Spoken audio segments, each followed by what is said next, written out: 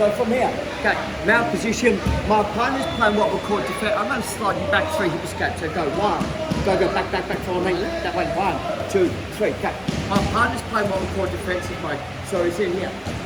If he's playing defensive mode, it gives me the ability to post up a little bit because you're not attacking me. This also means that I get the ability to use my weight and gravity. So my hand is going to go to his wrist. I'm going to push the wrist down to the ground from here. Please note, this isn't a strength battle. Okay. So my arm's bent. Okay. This becomes a muscular fight. Right. So if he fights me, but my arm's straight. So I try to put the end lever and use my leverage, not my strength. Okay. So once we're in here, I go here. I lock my arm straight, and I'm trying to push my wrist over his shoulder. My elbow comes in, my hand comes under. Now, watch this, it's very important. Okay, it's called a figure 4. I roll my top hand to the ground. I roll my bottom hand to the ground. I slide it down. So this is going to blow the shoulder and the elbow joint out. So the concept of this is that you tap when you feel it being tight. If you tap when it's painful, it's already doing damage. So tap when it's tight. Okay, so what? Hand goes over the shoulder, pop, hand comes under, and I'll grip. So I'm gripping this way. To secure it in, if Tyson extends his hand here, yeah man, he's too strong. Bring it back. I roll my fingers to the ground, he extends his arm. I roll my fingers to the ground, and that's pretty much the Kimura design straight away. So instead of using the motion to lock the point, I wrap everything in and make it super tight. Yeah. It's a bit of a motion, and also it extends everything so it's harder for my partner to deal with it. So when you're here, nice and slightly goes across, fingers over, push it to the ground, my elbow comes in. So if he tries to put the hand back towards his head, there's a lever there. Comes under, lock it. To stop him from extending his hand, I rev it. He tries to extend. Just test the waters. I extend that. Go slow. As he's pushing his hand out, I rev and I rev. And it comes on. The more that he's fighting this, the tighter it comes on, the faster it comes on. Because he's using the muscle that all contracted. And just let me go to the ground, please. Okay. So this is called a Kimura or a figure 4. Right? So I'm kind of here, I'm smothering my partner, and he's going to go, man, I'm not doing it, I'm just playing defensive. 1, and I attack. I always attack the top arm. So if Andrew's left arm's on top, I attack it. If his right arm's on top, I attack it. For the purpose of the video and training, I'm going to work on one side. If I start changing sides, everyone gets complacent. Okay? So here, now if I try and push it down, nothing happens because I'm pushing into my partner. But if I push it over the shoulder, it makes it better for me. So I'm trying to push my hand over. Number 1 is to stop him from recovering, my elbow comes in. My hand comes under. Andrew's stronger than me, so if he extends his arm, I can't stop it. So I take it up by revving, he extends his arm. I rev my second arm. And that's Kimura. Press on the bottom, make sure you tap your partner. Okay, if you tap the ground, there's a lot of noise, sometimes I don't hear. So tap your partner. This is called a Brazilian tap. We tap more than once, okay? Just so you guys understand. Partner up, guys, 1, 2, 3. Thank you very much. Just so you can feel it as well. Okay, so let's have a look at this. So the Kimura, 1. So I've already stopped him from putting a hand back in towards him because my elbow's in here. This is a mistake I see people say, but when they rev, right, it's just, they rev the whole arm. When I rev, I'm so sorry. No, it's all good. But you see the difference in that? So I'm not revving by doing this, I'm revving by doing this. So the reason why you're not getting the Kimura is you're lifting it up and creating space for you. Join to the other arm. Yeah. So, hand comes in, elbow comes in, lock it in here. So the biggest problem I see when people say rev is they go rev, and they rev, and I think that by putting my knuckles on the gun, they go like that. The downfall is I've just created a whole pulse. Yeah, right. So if I kind of go rev, it's already tight. Now, watch, rev. So I'm not lifting it at all. Anytime I lift it, it's got the ability to move. So it's rev and rev. Now, if I'm revving this and I'm like, man, this guy's flexible, or I've already busted his shoulder off it. This. I take the elbow to my knee. At no stage do I lift. So, rev and rev, man, this guy's strong, drive it down. Now, if I get to here, and it's still not tapping, right, I turn the corner, so my knee, I'll straighten my leg, I'll create more space, and I just start driving it down. So, at no stage am I lifting the elbow up, because you're creating space for him to move. Right? So I really want you guys to concentrate on when you're here, this motion, it's not that motion. It's 1, 2, and 1 leg, and then drive it in. Let's try to do both 1, 2, 3. You'll find that that's the now. So none of that was on video. Okay. Tyson, come here. Watch it carefully. So this is the game. It's going back, now, down here. Slow motion. Here. Boom. Hands in, he's playing defensive. Okay. So as I start to get my Kimura, Tyson's going to roll over to the side, try and get his hands together and stop the Kimura. So as I get the Kimura, it's going to roll. I have to boom, and I wrap it up. Slow motion. Okay. So there's a lot of shit that happened there. So, as he rolls, so he's going to turn. Watch this carefully. I step my foot up, I turn. My knees behind the shoulder blade, my foot's into his stomach. So by having my foot behind the shoulder blade, my belly button's into his shoulder. This side's shoulder. When if my knee is down low, he can roll his shoulder and go back to his back. So slow motion. So I attack the Kimura, he rolls, post.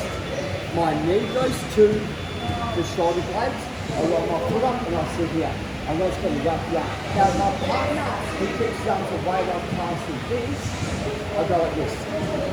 1, 2, and squeeze. So my wrist on the body, this is called a blood choke. I'll put the seat in about 4 seconds with this from here. So 1, 2. Now, put my shoulder to my hands and squeeze. Okay. It's a slow motion.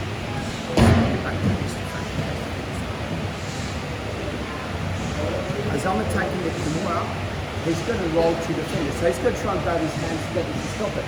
So my left knee goes towards his shoulders, I step up and I'm here. So I've got everything behind his shoulder blade, so it's harder for him to move. I'm not setting up where he can re-roll. I'm punching. So I'm going to try and get his hands back. He's not going to let me get his hands. So my hand comes under and I'm here. Now, I slowly apply my pressure. Now, I'm not really, I'm 20, 30%, I'm not even doing it. What people I see do is they try and lift up and they're on the jawline. What I'm trying to do is I try and drive my wrist to his armpit. So this is the armpit. If I try and lift it up, it's painful down.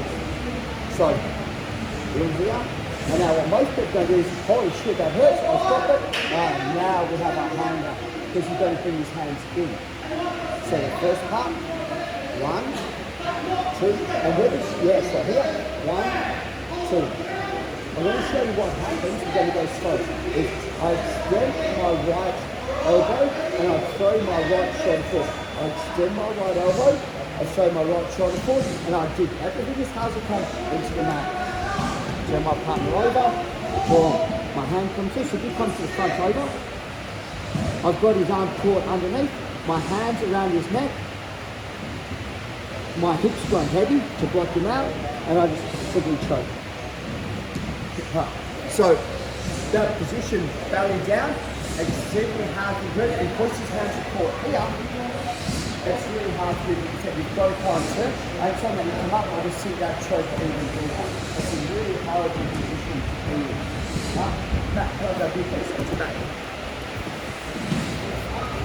So the defense, and this is a common defense, is that if I put something this way, most people don't, I don't want it there, so they try and grab the hands, to stop it.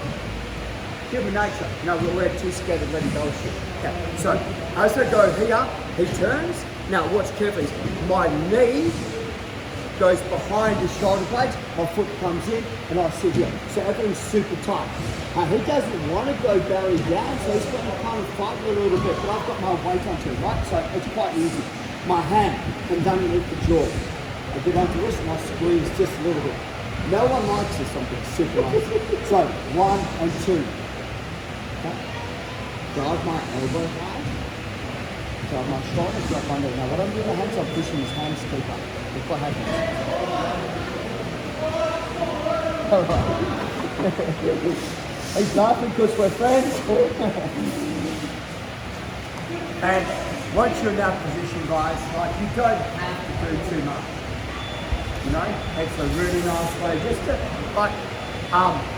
control an opponent, going from the mount position to the back position, state of the art, man. Like your total domination. Think about it, I haven't submitted yet. I've just influenced you how to move. Okay. Partner up, 1, 2, 3. So, small details.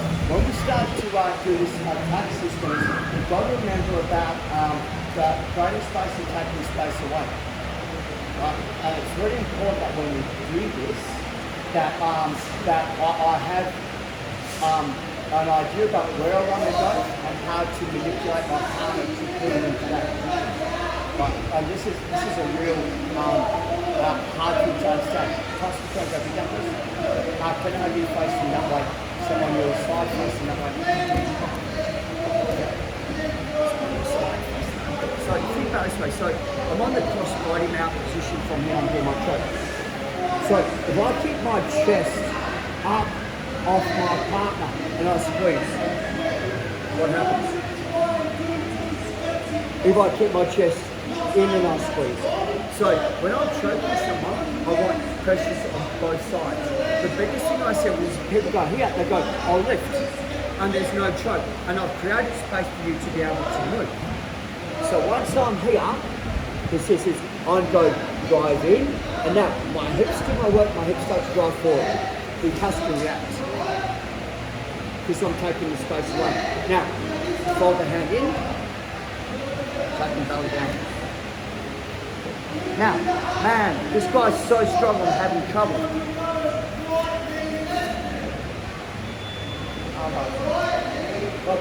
I'm not restricted to the choke.